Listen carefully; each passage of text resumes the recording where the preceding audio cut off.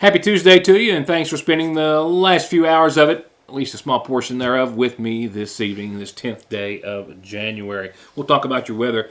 Still a strong cold front coming, some other factors that will give us some showers, some warm air out and ahead of that, as we discussed last night, maybe even a little warmer than we had predicted 24 hours ago, but also some better chances of some light accumulating snow towards the latter part of our work week and towards the weekend. More on that in just a few seconds. Some good news tonight. I know little, but I know that Floyd County Attorney Ned Pillersdorf has posted some information out there on social media. We'll be following up soon. And he also noted that he was unable to reveal a whole lot, but he did signify a major victory in federal court for some 500 former clients of Eric C. Kahn. That's been referred to quite often and sadly as the forgotten 500 for obvious reasons perhaps. But there has been a deal apparently reached with the Social Security Administration that will give those 500 give or take former clients another shot at getting their benefits back if they apply for and are granted a new hearing, which I believe they will be if they request one. And in doing so, if their benefits are reinstated, that could mean a back payment of some $100,000 give or take each, and get their benefits back on a sure footing as they were prior to the Eric C. Kahn fiasco. This Thursday, there in the old Floyd County Courthouse, there will be a meeting, an organizational meeting therein to talk to all the clients who have any questions and anyone about the situation. But what is being signaled as a major victory in that case, we'll follow that and let you know. But that indeed is some good news for hundreds of people in a lot of eastern Kentucky. And some other good news tonight. You know, if you looked at the numbers just in and of themselves without prefacing them by saying records have been set for the 5th year in a row as far as organ donors are concerned in Kentucky, you might not have realized it, but those few hundred have made a big impact. Organ donor affiliates, the program here in Kentucky, announced today for 5 straight years an increase in the number of organ donors in the Commonwealth.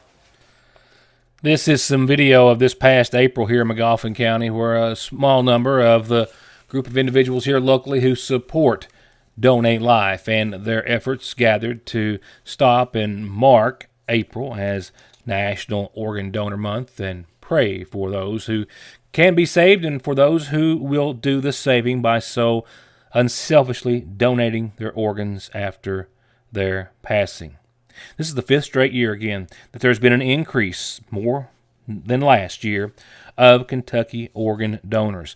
239 organ donors, 539 tissue donors in all of last year, saved 600 lives by doing so. And that's an increase of almost 25% from the year before. And again, there's been an increase for each of the last 5 years with the very best gift of life. Now, to give you some other numbers, just last year, over 90,000 people, new individuals, joined Kentucky's donor registration. And that will help to serve the more than 1,030 individuals right now at this very moment, just in Kentucky, waiting for a life-saving organ transplant of some sort, and the thousands who will need or are in need of a tissue or cornea transplant. That's donatelifeky.org. What also might be some good news for someone else, the Mega Millions jackpot drawing is tonight. Just to let you know, it's somewhere over $1 billion. As they have been growing exponentially since the jackpot numbers have changed, the guidelines there too. About 5 years ago, they added some more numbers to the little balls and things of that nature. And you don't see as many smaller winnings, but the jackpots do get out of hand, if you want to refer to it that way or not. But again, over $1 billion tonight. A doubleheader last night, the Hornets and the Lady Hornets. I still have that and much more to come. 3 days into the week, we'll get you 3 pieces of chicken and all the fixins at your Sagersville Lee's. Wednesday's special is a 3-piece meal, breast, leg, thigh, or leg, thigh, wing, and both come with your choice of any 2 of our famous homemade sides and a biscuit. Sure, you can shop around, compare the price and the meal, and you'll see that you can't or you can just come to Lee's Wednesday, tomorrow, for a 3-piece meal special. Also famous for our ice. I'm Bill Tinker. I've spent the past 19 years defending insurance companies in car crashes, truck crashes, and slip and falls. Are you involved in a case like that? Is the insurance company giving you the runaround about your medical bills, your benefits, or your lost wages? Contact me at McFarland Tinker Law Office. With our combined experience of over 58 years, we're here ready to work for you. Ratliff & Ratliff Family Dentistry, locally and family owned since 1969, is now proudly providing treatment for headaches, jaw and muscle pain. They offer trigger point therapy along with Botox to effectively treat and reduce symptoms of TMJ pain. And Dr. Beth Ann, member of the American Academy of Facial Aesthetics, also offers Botox therapy and dermal fillers for all of your cosmetic needs. Call 349-2812 to schedule an appointment and allow their highly trained and friendly staff to take care of all your dental and cosmetic needs.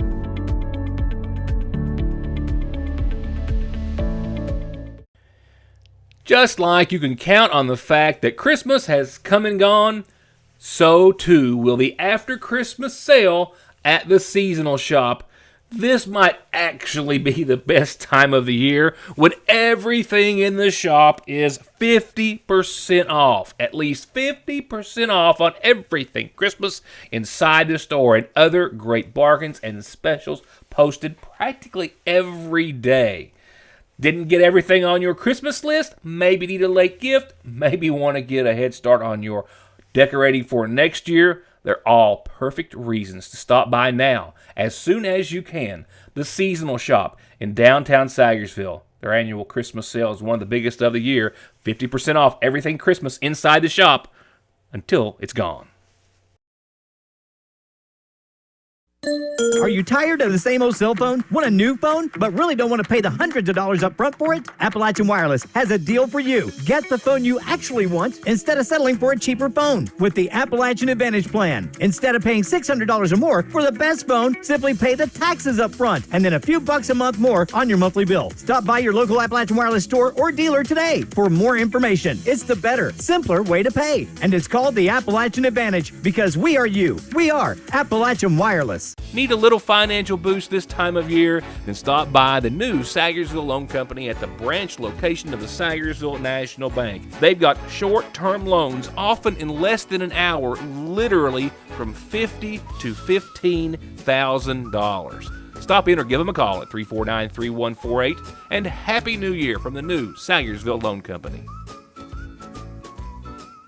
We're going to take a little more time than usual and talk about sports tonight. Got some highlights, got some remarks from head coach Scott Castle about the boys' win in the 2A sectional and trip to the 2A state tournament, which starts this Friday. It's going to be a late one and a long one if you're planning on going or trying to stay up to watch. I'll let him tell you more in a few seconds. We'll also have a few minutes to go a little more in depth into our weather forecast because there's a little more there to talk about this evening. So with that said, let's switch on over to tonight's McGoffin Farm Bureau community calendar. And a happy birthday to Bethel. That's Bethel Stevens with a lot of love and best happy birthday wishes to you from Hanson and Michael Rao.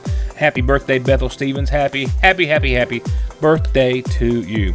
I've got an announcement here that I don't have typed in, but we received from Sayersville City Hall earlier today and from new Mayor Stanley Howard that what would have been a regular scheduled meeting of the Sayersville City Council for this coming Monday has been canceled due to it being a federal holiday and Martin Luther King Day. That meeting will be set, I believe, for the following Monday. I'll get the date and get it to you as soon as we have it finalized. Don't forget about the Community Closet event at the Lloyd M. Hall Community Center Saturday, February the 4th. Contact Janet Nichols. She's the wife of Mike Nichols.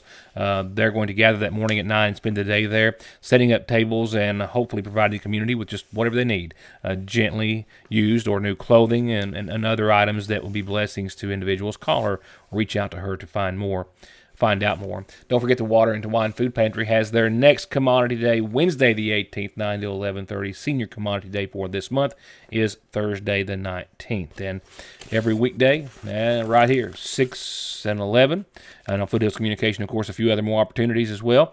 You can find this community calendar where it's just waiting for your birthday or anniversary announcements, plus all those important announcements that you have for your church, group, club, nonprofit. You know the drill. Just tell me, and I will indeed tell everyone about them. Going on tonight, nightly obituary sponsored and provided as a service by the McGoffin County Funeral Home begin with a reminder of services to be held this Thursday at 2 for 93-year-old Clotine McFarland Wheeler, who passed away on the 6th. Preceded in death by her parents, Alex and Luella McFarland, sister Virginia Gardner, brother Alexander McFarland II, and her husband Oscar Wheeler.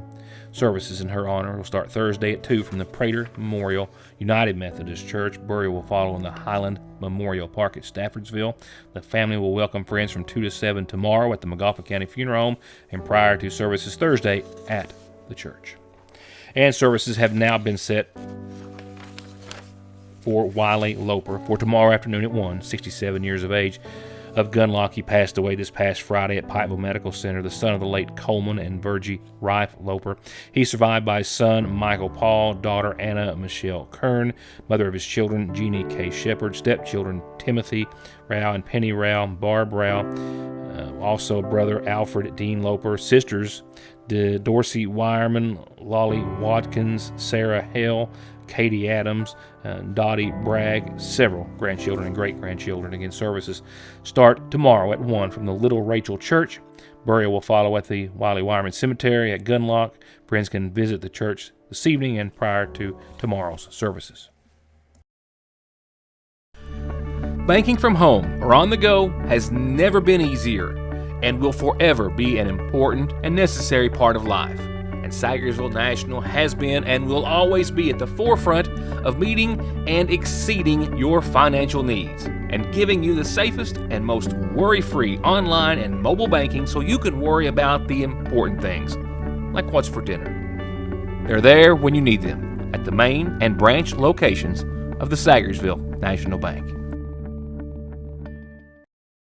The reassurance of getting your medications and over-the-counter needs at Sagersville's oldest and most trusted pharmacy, the convenience of curbside pickup and call-ahead service, and the fact that you can walk in, order to go, or sit down and get gourmet quality hot fudge brownies, nachos, shakes, coffees, hot dogs with homemade sauce, desserts, and more makes it more than your hometown Good Neighbor Pharmacy.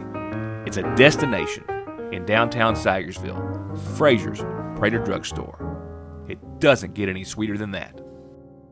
At Golden Law Office, our attorneys previously represented the nation's largest insurance and trucking companies, handling cases involving serious personal injury and death.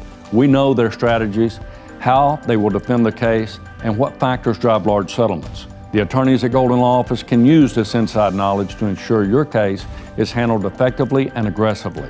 Hiring Golden Law Office provides you with a strategic advantage. Call Golden Law Office today.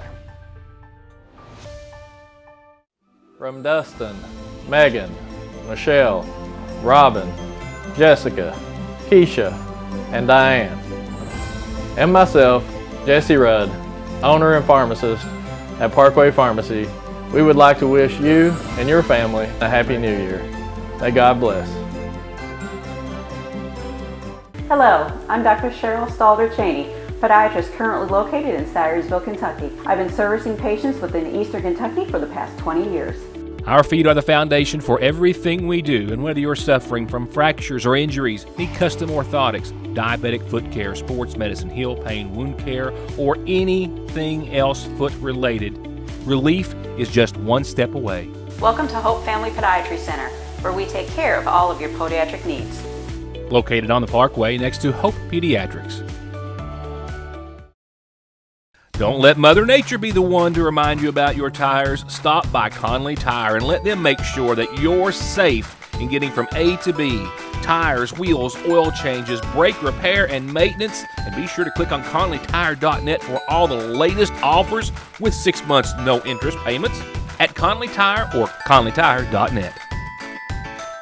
2 games last night here at home for the Hornets. The ladies tipping off first at 6, so by the time I wrapped up with you at 6:30, got together and got there towards the latter part of the contest. I made it in before, I believe it was, the beginning of the 4th quarter. So now let's check in with how the ladies contest fared and then how the boys turned out as they were hosting the Pirates of Belfry. The Lady Hornets were on the board with 14 when I got there, and hovered there until Kara Lafferty knocks down 2 free throw opportunities after taking the foul down low. But the Lady Eagles, not just last night, but this season, are on a roll. Coming into the game at 12-3, technically 7th and 15th region standings right now, but, I mean, they could be first just as easily. As Addison Burchett hammers this one home for the 3, and Martina Conley lets this one fly to beat the final bell. Final score last night, 60-19. As your Lady Hornets will maintain their 2 wins with now 11 losses on the season. That district loss puts them at 0-3 in the 57th. They've got an opportunity to make amends, however, against Buckhorn. They're hosting Buckhorn. That game's set for this Thursday night at 7:30. That is, again, a home game this Thursday night for the Lady Hornets. While that win will cement a 13-3 record thus far for the Lady Eagles, that also is their second district matchup and second win on the season. They've got another district game before the week's end. They'll be across town at the home of the Lady Tigers this Friday. Tip-off set for 7:30 as the Lady Golden Eagles again are rolling 4 wins in a row and only 3 losses on the season. Meanwhile, the boys started to warm up to taking on Belfry after an unhealthy start to the season has finally taken a back seat to 3 tournament championship rounds. Among them, the boys taking the 2A tournament title in Section 8 versus Pike Central last Saturday that will carry them to state this Friday. We're definitely making progress in the right direction. You know, started off the season with a bunch of injuries, 3 different players with the injuries, played 2 or 3 games without those starters, and then went to Morgan County in the second game of the season, and then 4 or 5 kids picked up flu and COVID, so we had to cancel a couple games, but you know, beginning with the Gatlinburg tournament, we started getting a little healthy, getting kids back from sickness, and been playing pretty good basketball up to this point. Getting back to the Gatlinburg tournament, you know, we made it to the championship game of the Gatlinburg tournament there. Actually had a chance to win the game there at the end. Had a mental breakdown on the defensive end, and we got beaten overtime. And then we participated in the schoolboy class, in the schoolboy up at Belfry, played 3 out-of-state teams up there. And, with Gatlinburg and the schoolboy at Belfry, we played 6 really, really good teams that were out of state. So I think those games helped us as we led into the 2A. Of course, you know, our first night we played Lawrence County, come out, had a sluggish start against Lawrence County, come out the second half and played like we were capable of playing, and then was able to meet Pike Central in the championship game, and you know, played really well and was fortunate enough to get out of there with a win to advance to Owensboro. Coach Castle will have some more details about the game and the trip to Owensboro in case you're interested in taking it later on this week in just a few moments. Right now, however, let's go to the Hornets versus Belfry, the first meetup between these 2 teams this season, with Castle looking for another strong defensive showing from his boys, which got off to a bit of a slow start, not going to lie. 3 minutes in before the very first bucket of the game, this left-handed layup by Belfry's senior Jonathan Banks. But the Hornets finally answered with Ethan Salyer to Reed Meadows to Walker Russell from the corner. Then a Belfry basket missed, taken away by Ethan Salyer with a little dish to Grayson Whitaker. Picks up the tempo just a bit. And after a 5-2 first quarter, Zane Whitaker turns the inbound into the bucket and the one. And Salyer drives, hits the brakes, jumps, and claims the deuce. And here's Zane Whitaker with the putback, all together helping put McGoffin County over the Pirates. Final score, 49-42. The boys have now won their last 4 in a row, and they're sitting on an 8-5 run thus far, and sitting not so far down, 5th right now in 15th region standings. Pretty good place to be. Just a little right at the halfway mark in the season. They are on the road tonight. They are on the road to Floyd Central. They just came back, of course, from defeating Pike Central at Floyd Central in the 2A. Now they're headed back to take on Floyd Central tonight. Tip-off set for 7:30. While Coach Castle gives us a little insight into the big trip they're getting ready to make this Friday, maybe leaving for the team a bit early, maybe trying to outrun a little bit of potential snowfall. But if you're interested in making the trip to Owensville, it's going to be a late one Friday night. As far as I know at this point, the basketball team will be leaving Thursday around 4 o'clock, headed to Owensboro. We actually play Friday at 9 p.m. Central Time. There will be a link that you have to pay for to watch the game. I don't have that information at this point, but we can provide that to you so you can post it. And I'm sure the majority not making the trip, but I'll get that link to you here before the end of the week so you can check out the game in live fashion should you so choose. Turning over to the boys from Johnson Central real quickly, they picked up a win earlier this week at home over Mountain Mission. That's from Grundy, Mountain, Michigan, 84-59 the final score. Johnson Central and the Golden Eagles right now just behind the even mark, if you will, at 7-8, winless in the district, but only one game played, hosting Lawrence County and the Bulldogs tonight at 7:30. Paintsville, the Tigers, Coach Landon Sloan, after winning 4 in a row, 2 losses in this past week or so, Prestonsburg and Martin County and Montgomery County, losses for the boys. Montgomery County at the George Rogers Clark School in the Tim Short Automotive Classic. They are versing Martin County tonight. That is Martin County in the All-A Region Classic at Appalachian Wireless Arena. Tip-off was set for just a few minutes ago at 6. Lady Tiger basketball, a win, 51-30, as we covered earlier this week over at Magoffin County just a few days ago. That puts them at 8-3 on the season. They're hosting Floyd Central tonight. Bulldog basketball. Well, Magoffin County was their last matchup. That, of course, was in the 2A, as we've already covered, 74-52 the final score. The Bulldogs, however, are back in action tonight. They, as we just mentioned, I think a second ago, are at Central.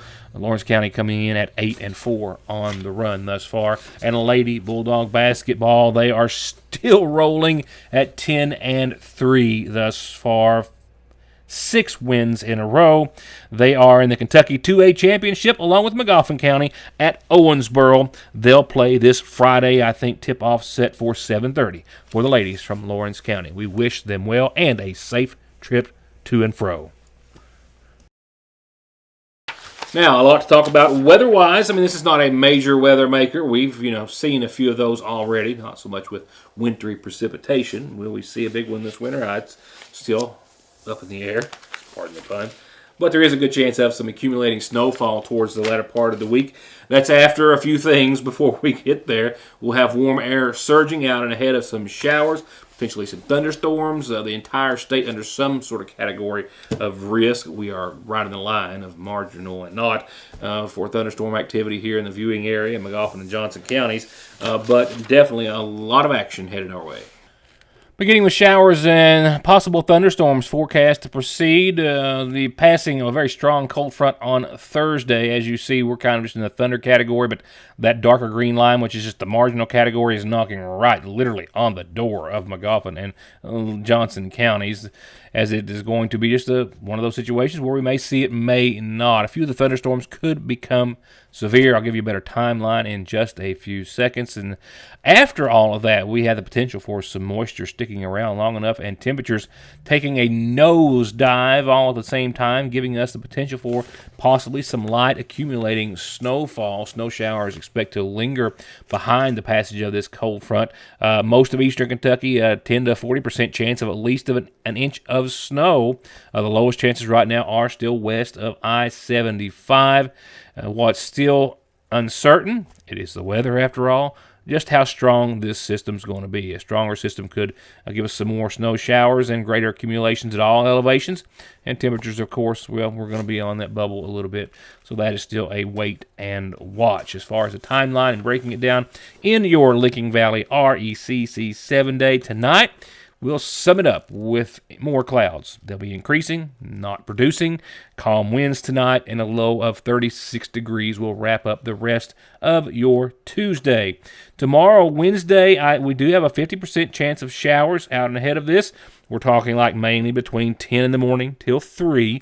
Mostly cloudy skies for your Wednesday and breezy conditions out of the south, anywhere to 15, 17 miles per hour at times. We're talking about early on tomorrow, less than a tenth of an inch of precipitation. So this is just a glancing blow, if you will, and only a 20% chance of some showers late tomorrow night after 4 a.m., mostly cloudy.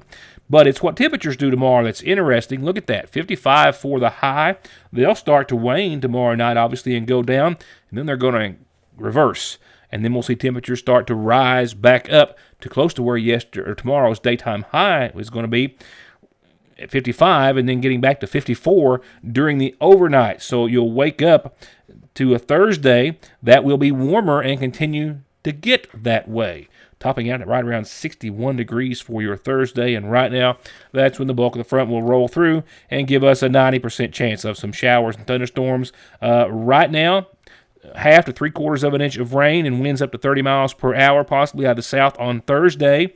Thursday night, west winds more so, up to 25 miles per hour. Little or no snow accumulation expected, as we will see temperatures right around 34, but it's Friday. Snow showers are likely early, and they could add up to an inch or so. We'll have to wait and see. Thereafter, nice and clear for at least a couple of days, and colder. Check that out. We'll fall to 36 and mostly sunny on your Saturday. Nighttime lows around 23. Sunday, 46, still mostly sunny, clear and calm, and pretty nice. I mean, really. Monday of next week, it is a federal holiday, and Martin Luther King Day, 53, partly sunny, a 30 to 50% chance of showers from morning through afternoon and evening. By Tuesday of next week, we're into the upper 50s again. Nighttime lows above freezing, perhaps more clouds and showers than not, however, on your Tuesday. Well, of course, keep an eye on all of this. None of it's major, but it's just all worth watching and all ever-changing. And that'll do it for this Tuesday. Thank you, as always, for being a part of it. See you tomorrow night.